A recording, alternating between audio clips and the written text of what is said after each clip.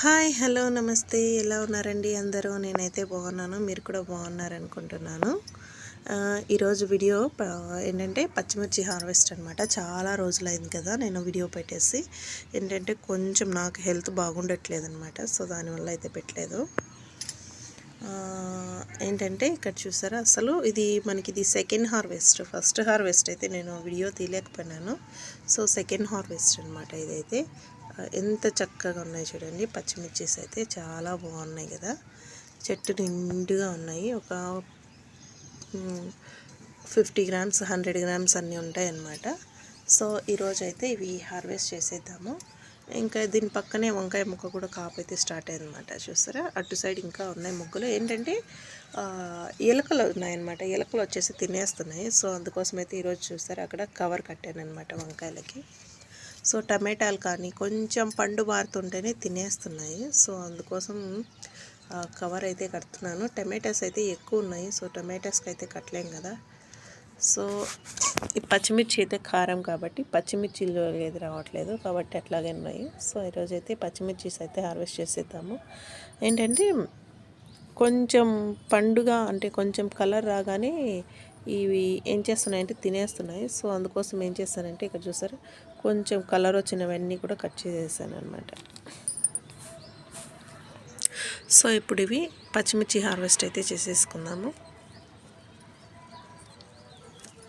ఎంత హ్యాపీగా అనిపిస్తుందో మనం పండించినవి అనే ఫీల్.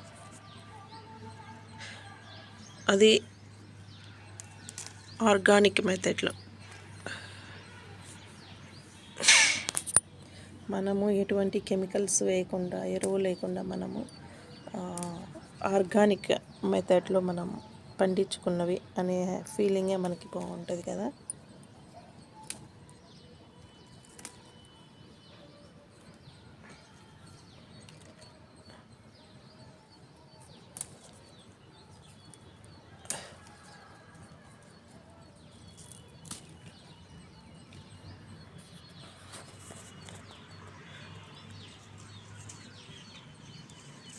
సో ఎప్పటికప్పుడు మనం అవి తీసేసుకున్నాం అనుకోండి, పండిన పంట అంతా నెక్స్ట్ వచ్చే వాటికి బాగుంటుంది అన్నమాట.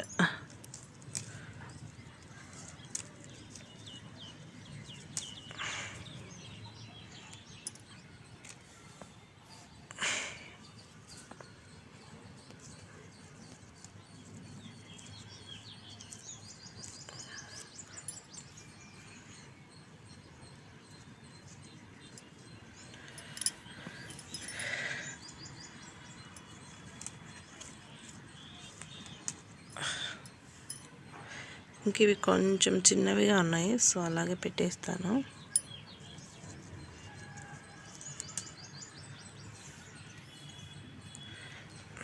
పెట్టేస్తారా,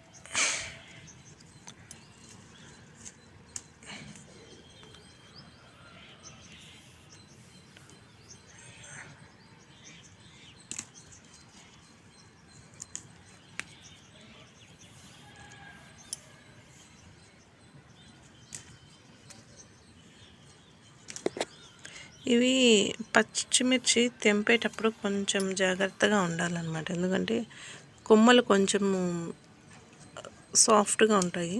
చూడు, ఇలాగ వచ్చేస్తాయి అన్నమాట.